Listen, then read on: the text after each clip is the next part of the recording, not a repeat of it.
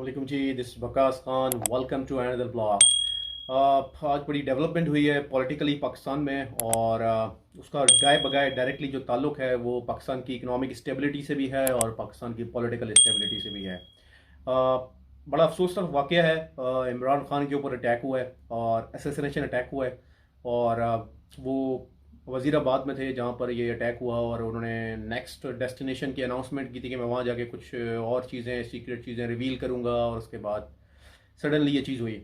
अच्छा, इसको अगर थोड़ा बारीकी से देखें तो मैं आपको थोड़ा सा समझाने की कोशिश करता हूँ कि बेसिकली ये अटैक था क्या, और इसके बेसिक मकासद क्या हैं, बेनिफिट किसको हो रहा है, और मैकेनिक्स ऑफ द गेम है क्या।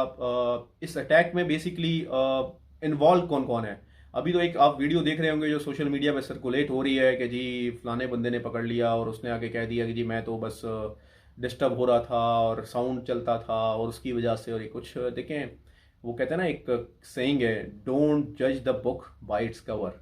तो ये चीज़ सामने है, ठीक है, और ये चीज़ इतनी सादा नहीं है जितनी आपको नज़र आ रही है। कुछ मेरी सोर्सेज हैं, कुछ मेरे फ्रेंड सर्कल है जो जिस फैटर्निटी से ताल्लुक़ रखते हैं, तो उन्होंने मुझसे बहुत सारी चीज़ें रिवील की हैं और बहुत सारी चीज़ें मेरे पास इन्फॉर्मेशन पहुंची है। उसके ऊपर मैं अपने एनालिसिस आपके साथ शेयर कर रहा हूँ, कुछ एविडेंसेस हैं आपके साथ शेयर कर रहा हूँ।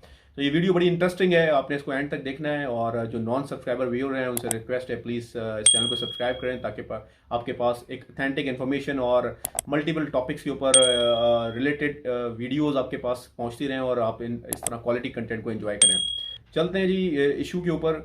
बेसिकली अगर आप के साथ एक मैं वीडियो शेयर कर रहा हूँ, ठीक है, उसको शेयर करने से पहले थोड़ा सा मैं उसको ब्रीफ कर देता हूँ कि एक 14 बंदों की लिस्ट आपको ऊपर दिख रही होगी, ठीक है। ये वो 14 लोग हैं जो इस अटैक के अंदर इंजर्ड हुए हैं, मतलब जख्मी हुए हैं, और एक बंदा जाँ बाग हुआ है, ठीक है। इन 14 लोग जो जख्मी हुए हैं, अब इससे अंदाजा लगाएं जो बंदा बाहर पकड़ा गया है और जिसका वीडियो कन्फेशन आपके सामने आया है, वो बंदा 9mm पिस्टल के साथ पकड़ा गया है, ठीक है, और जिसमें 2 खाली मैगजीन है। अब जो वीडियो मैं आपके साथ शेयर करने लगा हूं उसके अंदर आपको क्लियर एविडेंस मिलेंगे कि एक तो ये कि 9mm की पिस्टल मैंने भी हाथ में ली है, मैंने 30 बोर भी रखी है, देखी है उसको, ठीक है, कि 30 बोर क्या होती है, 9mm क्या है। तो वेपन से मेरा अच्छा इंटरेक्शन रहा है, मुझे इन सब चीज़ों की नुआ हुई है थोड़ी बहुत, ठीक है, जितना हो सकता है। तो 9mm से ना आप 14 बंदे इतनी देर में जो है ना जख्मी नहीं कर सकते। पहले तो क्लियर एविडेंस ये है कि यार ये एक बंदा जो पकड़ा गया है, this is only the face, जिसको डिस्गाइज फेस कह सकते हैं, कि जो जो है ना असल कहानी पीछे कुछ और है, ठीक है। दूसरी इंपॉर्टेंट चीज क्या है इस अटैक में, इस एसेसिनेशन अटैक में क्या है, वो ये है कि आप ये वीडियो चेक, इमरान खान साहब कंटेनर के ऊपर हैं, तो आपको पहले डायरेक्ट कंटिन्यू कंसेक्यूटिव फायर नजर आएंगे। जो कंसेक्यूटिव फायर है वो कभी भी 9mm से नहीं जाते। ये ऑटोमेटिक गन है, माइट बी AK-47 है या कोई और वेपन है जिसके थ्रू, ये ऑटोमेटिक वेपन है जिसके थ्रू ये कंसेक्यूटिव फायर हुए। एक बंदे ने बटन प्रेस किया हुआ और फायर हो रहा है, फायर खोल दिया उसने, कोई 20-25 फायर हुए, और उसके बाद जो है वो आपको गैप से फायर जो मिल रहे हैं ना, ये 9mm के फायर हैं, ठीक है। तो इसका मतलब ये है कि जो टारगेट थे वो तो ऑब्वियसली कॉन्क्रीट इमरान खान साहब थे, ठीक है, और बड़ा प्लान्ड अटैक था। ये बंदा जो था सिर्फ इसको इसलिए रखा गया था कि वो आवाम को डिस्पर्स कर सके, आगे पीछे कर सके, अफरा तफरी फैला सके, और उसके बाद इसको पकड़ा गया क्योंकि इसलिए ये बंदा आम तरीके से नॉर्मली आम बंदे के हाथ में आ गया, अदरवाइज वो किसी के हाथ में आता भी नहीं है जो ट्रेंड बंदा होता। तो ऑब्वियसली ये एक सामने से एक डिस्गाइज करने के लिए एक तरीकेकार था, और ये कहीं किसी बिल्डिंग में आसपास जो है वो शूटर जो है वो छुपा हुआ था जिसने यहाँ से अटैक किया, और बड़ा कॉन्क्रीट अटैक था। अच्छा, इसको ये भी रंग दिया जा रहा है ना कि ये लसानी और मजहबी या कुछ, ये सब बकवास है। मैं आपको क्लियरली बता रहा हूँ, क्लियर एविडेंसेस इसके, ये मैंने आपको 2 बड़े कॉन्क्रीट एविडेंसेस दिए हैं। अब मैं पाकिस्तान की जो पॉलिटिकल हिस्ट्री है ना, उसके अंदर जो एसेसिनेशन या पॉलिटिकल मर्डर्स आप कह सकते हैं, या पॉलिटिकल किलिंग या इस तरह की जो चीजें हुई हैं, उस पर थोड़ा सा आपको लेके जाना चाह रहा हूँ हिस्ट्री में। लियाकत अली खान, उनको शॉट डाउन किया गया, भुट्टो को फांसी लगाई गई, मुर्तजा भुट्टो को एनकाउंटर में मारा गया, अयाज शेरपाव को ब्लास्ट में उड़ा दिया गया, शाहनवाज भुट्टो को जहर दे के मारा गया, बेनजीर भुट्टो को एसेसिनेशन अटैक में मारा गया, मुशर्रफ के ऊपर एसेसिनेशन अटैक हुआ। तो पाकिस्तान की पॉलिटिकल हिस्ट्री थोड़ा टर्मोइल जो है अनस्टेबिलिटी की तरफ इसी तरह रहा है, और ये इस मुल्क के लिए खास तौर पे इस टाइम बहुत ज्यादा खतरा है। रीजन मैं आपको बताता हूं, क्योंकि पाकिस्तान क्या, कोई भी मुल्क है, उसकी जो पॉलिटिकल स्टेबिलिटी है वो ही मुल्क के अंदर इकोनॉमिक स्टेबिलिटी लेके आती है।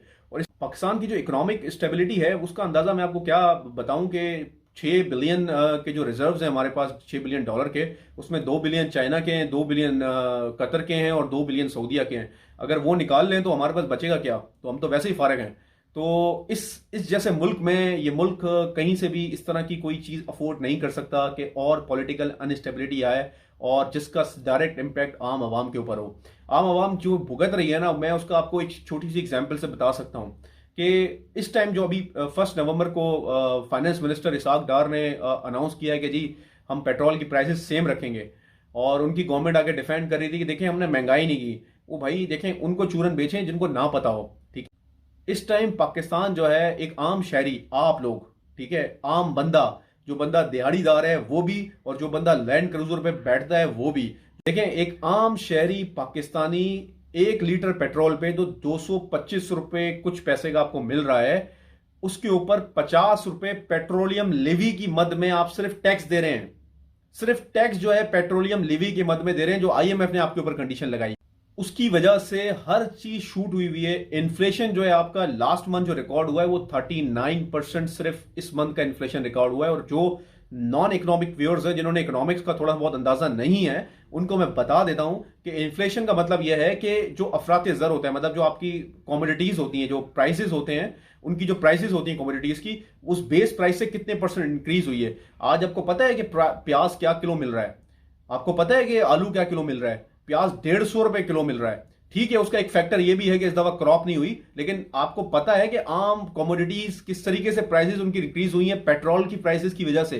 अब आप हमारी पॉलिटिकल लीडरशिप का सीरियसनेस होने का अंदाजा लगाएं कि जो हमारे प्राइम मिनिस्टर हैं, फॉरेन मिनिस्टर हैं, इंफॉर्मेशन मिनिस्टर हैं, वो पता नहीं कितने लोग हैं, 60-70 लोग का टब्बर भर के वो गया जी चाइना।